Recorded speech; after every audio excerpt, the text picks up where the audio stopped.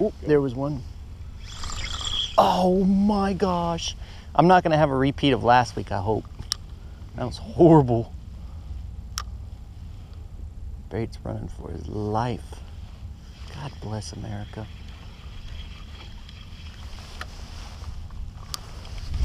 Busted right on him. We decided to fish a different spot this week, just for the heck of it, because we've been doing so well on the other spot. We said, well, we'll give it a rest and go see what we can find. And I've literally never fished in this area before. It's got deep water, it's got flats, it's got mullet, it's got fry bait, anchovies. But unfortunately, as you can see by the sky, we're working on a high pressure system. A front just went through on Thursday night, and it's kind of laid these fish down a little bit. We just caught a snook, caught a flounder. I've lost, what, 3 or 4 fish. So it hasn't been exciting, but at least we're now getting into some fish. They're getting a little bit more active. The mullet are getting more active. We actually just fished an oyster bar that had a lot of mullet on it, and it just popped up out of 7 feet of water. It was an oyster bed that came up to about a foot of water. And I figured, well, it's got mud bottom, these fish, this is where these fish are gonna be. But caught a couple, or lost one flounder and caught another flounder, and I lost 1 fish, and that was about it. Another one. We've got snook all around us right now. We came to this point. If you can see, there's some shallow water that comes off this point a little bit, and it drops straight off. And it's the same way up here. It's shallow and it drops straight off. And the tide's moving out right now. So these fish are going to be coming out of the mangroves, sitting on the edge of this ledge right here. And that's where every single one of these chummers were busted. Boy, there was a big boil right there too. It's just, this is classic, how it kind of flattens off and then it drops.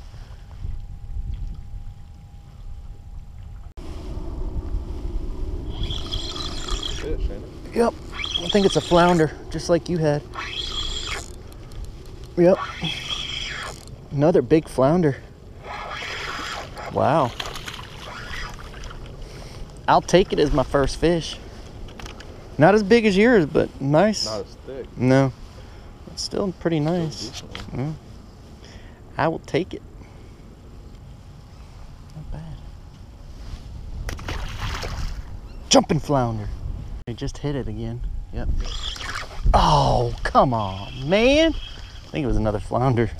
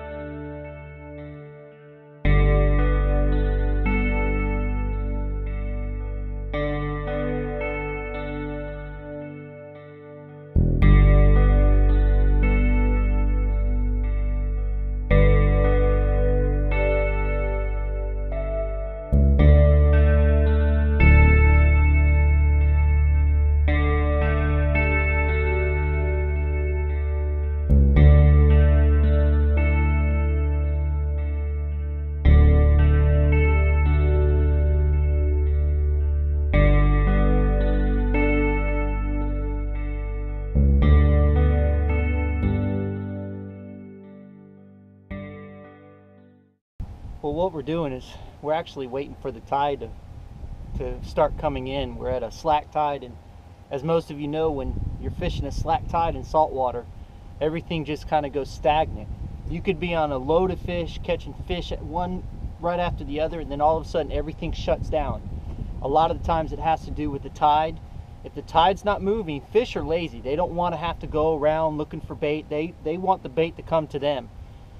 So when that tide goes slack, nothing happens. Right before the tide went slack, we were actually catching redfish and snook, and then all of a sudden, which we knew it was coming, the tide went slack. We're even throwing chummers out, and they're still not eating them.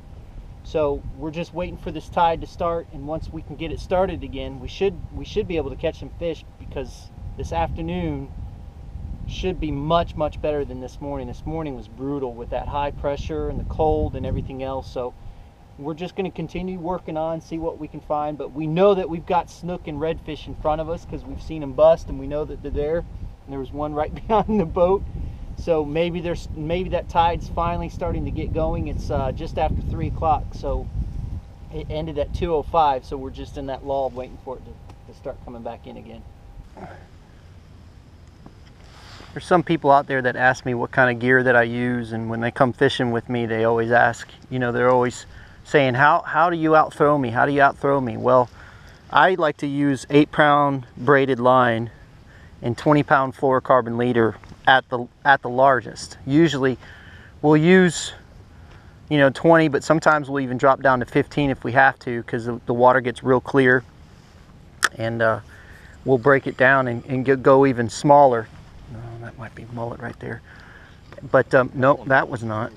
Yeah, but I like to use that smaller braid. But he's like, well, the braid, it's not the braid that really breaks, it's it has 20-pound strength. So I like the lighter line because you can throw it so much further. And even dock fishing and tree fishing, it's not the braid that breaks, it's the leader. So, you know, if I'm dock fishing, I'll use 30, sometimes 40, but if I'm tree fishing, I always use 20. I always just, the lighter you can go, the better off you are. We use anywhere from 1/0 to 2/0 hooks, but mainly just 1/0 hooks is what we prefer, because it's just a smaller, whatever you can downgrade as much as you possibly can, because there's so many people in the water. You want to make sure that you downgrade your tackle to be able to get the farthest cast, to be able to present the bait properly, and to be able to maximize your bites, because yes, you're going to lose some fish, but you're going to get a lot more bites. And I would rather get a lot more bites and lose some fish than get very little bites and maybe catch a couple fish. There's a decent trout.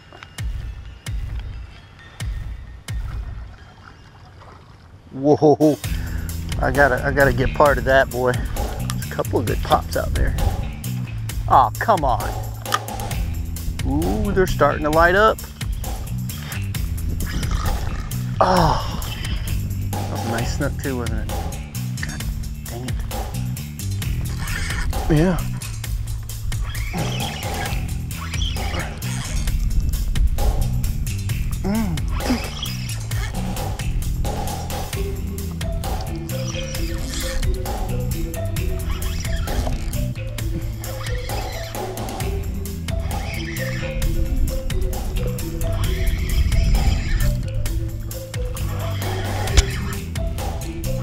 Another snook. Not a bad snook. Yeah. You want to stop belly hooking your bait.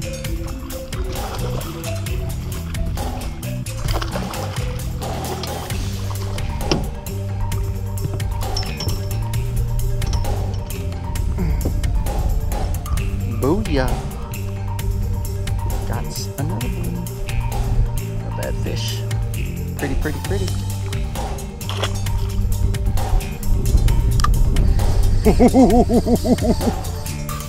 That's a good snook.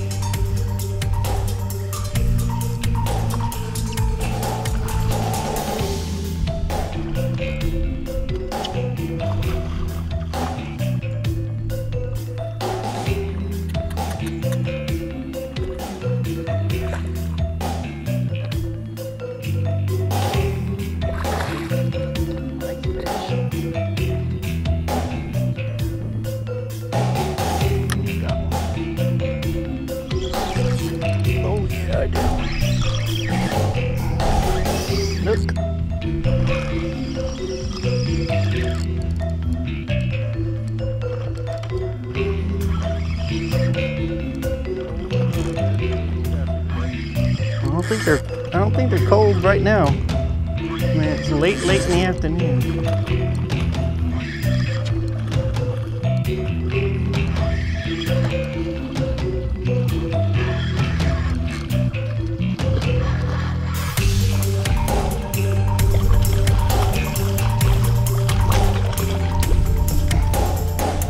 He frayed my line all up.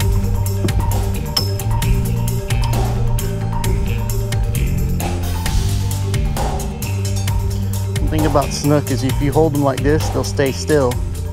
Almost like it paralyzes them. Same with redfish. Not a bad snook. Yeah, it is. Oh yeah.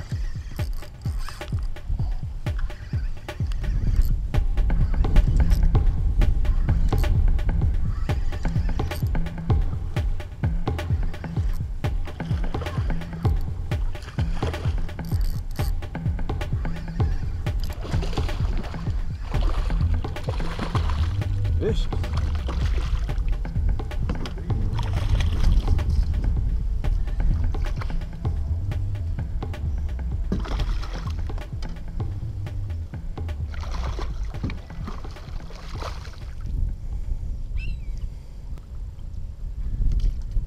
You know, some of you are probably wondering what it's like to fish with Todd every weekend. It is pretty nice. Appreciate it, bro. You goofball.